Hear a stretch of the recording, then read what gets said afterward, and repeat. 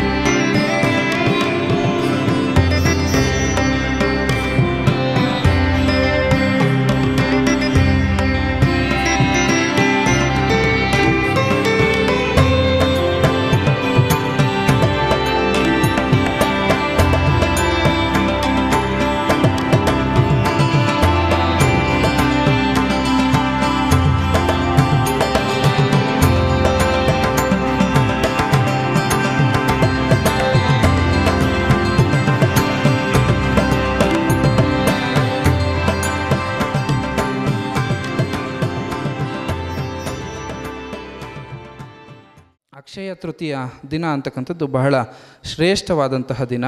ಆ ದಿನ ಯಾವುದೇ ಮುಹೂರ್ತ ನೋಡೋದೇ ಬೇಡ ಅಂತ ಹೇಳ್ತಾರೆ.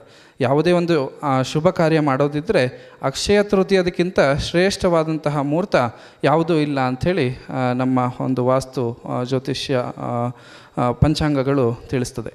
ಹಾಗೆ ಇಂತಹ ಒಂದು ಶುಭ ದಿನದಂದೇ ಅಕ್ಷಯ ತೃತೀಯದ ಶುಭ ದಿನದಲ್ಲೇ ಈ ನಮ್ಮ ಮಠದ ಬಸದಿಯ ಮೂಲ ನಾಯಕ ಚಂದ್ರಪ್ರಭ ತೀರ್ಥಂಕರರ ಪ್ರತಿಷ್ಠಾ ಪಂಚಕಲ್ಯಾಣ ಮಹೋತ್ಸವ ಆಗಿತ್ತು. 2018ರಲ್ಲಿ ಆಚಾರ್ಯ ಶ್ರೀ ವರ್ಧಮಾನ ಸಾಗರ ಮಹಾರಾಜರ ಸಾನ್ನಿಧ್ಯದಲ್ಲಿ ಚಂದ್ರನಾಥ ಸ್ವಾಮಿಯ ಪ್ರತಿಷ್ಠಾಪನೆ ಆದಂಥದ್ದು. ಅದು ನಮ್ಮ ರತ್ಲಾಂ ನಿವಾಸಿಗಳಾದಂತಹ ಪ್ರಮೋದ್ ಪಾಟ್ನಿ, ಈಗೇನು ಮೊದಲಿಗೆ ಸನ್ಮಾನ ಆಯಿತು ಅವರಿಗೆ, ಆ ಪ್ರಮೋದ್ ಪಾಟ್ನಿ ಪರಿವಾರದಿಂದ ಆ ಮೂರ್ತಿಯನ್ನು ಮಾಡಿಸ್ಕೊಡಲಾಗಿತ್ತು. ಅದಕ್ಕಿಂತ ಮುಂಚೆ ಒಂದು ಅಮೃತ ಶಿಲೆಯ ಚಂದ್ರನಾಥ ಸ್ವಾಮಿಯ ಮೂರ್ತಿ ಇತ್ತು. ಅದು ಕಾರಣಾಂತರಗಳಿಂದ ಆ ಮೂರ್ತಿಯನ್ನು ಬದಲಾಯಿಸಿ ಅಷ್ಟಧಾತುವಿನಿಂದ ಆ ಒಂದು ಮೂರ್ತಿಯನ್ನು ನಿರ್ಮಾಣ ಮಾಡಿಸಿ 2018ರ ಅಕ್ಷಯ ತೃತೀಯದೆಂದು ಅದರ ಪ್ರತಿಷ್ಠಾಪನೆ ಆಯಿತು. ಹಾಗೆ ಈ ಒಂದು ಕ್ಷೇತ್ರದಲ್ಲಿರ್ತಕ್ಕಂತಹ ಕ್ಷೇತ್ರದ ಅಧಿದೇವತೆ ಆಮ್ರ ಕುಷ್ಮಾಂಡಿನಿ ಅಮ್ಮನವರ ಮೂರ್ತಿಯೂ ಕೂಡ ಅಕ್ಷಯ ತೃತೀಯದಂದೇ ಸ್ಥಾಪನೆಗೊಂಡಿತ್ತು. ಹಾಗೆ ಈ ಮಠದ ಬಸದಿಯ ಮೇಲ್ಗಡೆಗೆ ನೇಮಿನಾಥ ತೀರ್ಥಂಕರರ ಬಸದಿ ಇದೆ, ಹೌದಾ? ಚಂದ್ರನಾಥ ಸ್ವಾಮಿಯ ಮೇಲ್ಗಡೆ ಶಿಖರದಲ್ಲಿ ನೇಮಿನಾಥ ತೀರ್ಥಂಕರರ ಮೂರ್ತಿ ಇದೆ.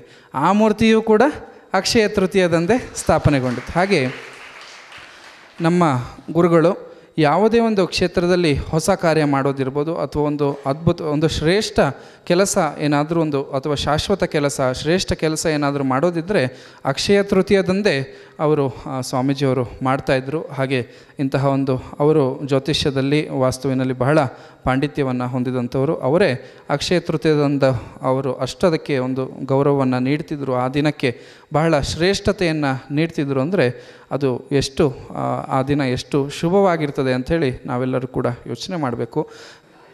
ಕ್ಷೇತ್ರದ ಮೂಲ ನಾಯಕರಾದಂತಹ ಭಗವಾನ್ ಶ್ರೀ ಚಂದ್ರಪ್ರಭಾ ತೀರ್ಥಂಕರರು ಮಠದ ಬಸದಿಯ ಚಂದ್ರನಾಥ ಸ್ವಾಮಿಯ ಒಂದು ಗರ್ಭಗೃಹಕ್ಕೆ ಬೃಹತ್ತಾಕಾರದ ಒಂದು ಚೌಕಟ್ಟು, ಬೆಳ್ಳಿಯ ಒಂದು ಚೌಕಟ್ಟು, ಅದೇ ರೀತಿಯಾಗಿ ಚಂದ್ರನಾಥ ಸ್ವಾಮಿಗೆ ತ್ರಿಮೇಕಲ ಪೀಠ, ಹಾಗೆ ಚಂದ್ರನಾಥ ಸ್ವಾಮಿಯ ಏನು ಕಮಲಪೀಠ ಇದೆ ಅದು ಕೂಡ ಬೆಳ್ಳಿಯ ಕಮಲಪೀಠ, ಅದೇ ರೀತಿಯಾಗಿ ಚಂದ್ರನಾಥ ಸ್ವಾಮಿಗೆ ಪ್ರಭಾವಳಿ, ಹಾಗೆ ಚಂದ್ರನಾಥ ಸ್ವಾಮಿಗೆ ಬಂಗಾರದ ಛತ್ರತ್ರಯ, ಹಾಗೆ ಚಂದ್ರನಾಥ ಸ್ವಾಮಿಗೆ ಬಂಗಾರದ ಭಾಮಂಡಲವನ್ನು ಈ ಸಂದರ್ಭದಲ್ಲಿ ಮಾಡಿಸಲಾಗಿದೆ.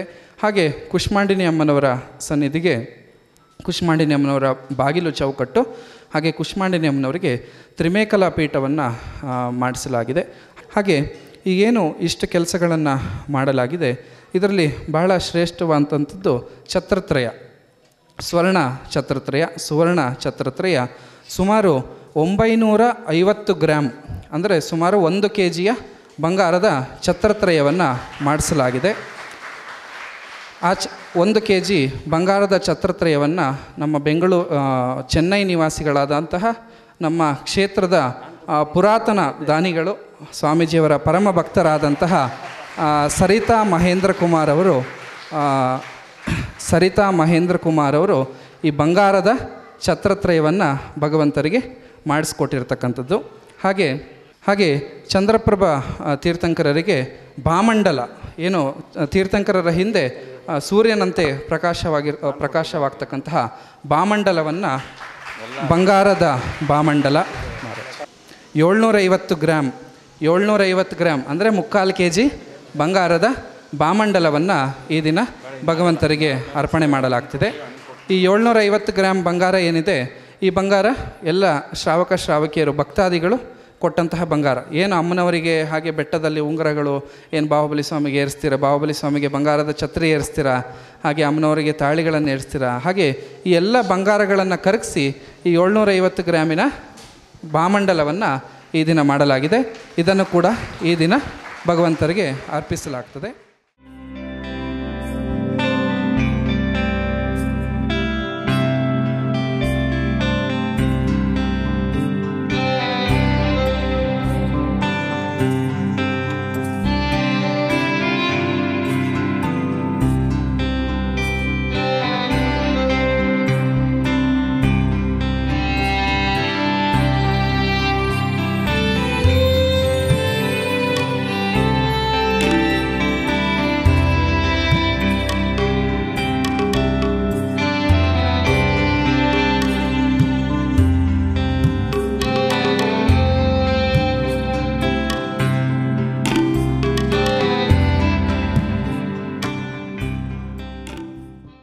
सम्यक दर्शन बोले तो अमूल्य निधि रत्नत्रय कहते हैं अपन, उस रत्नत्रय में से पहला रत्न ही सम्यक दर्शन है। और आज पंडित टोडरमल जी, दौलत राम जी ने तो ये लिखा, या विन ज्ञान चरिता सम्यक्तान लहे।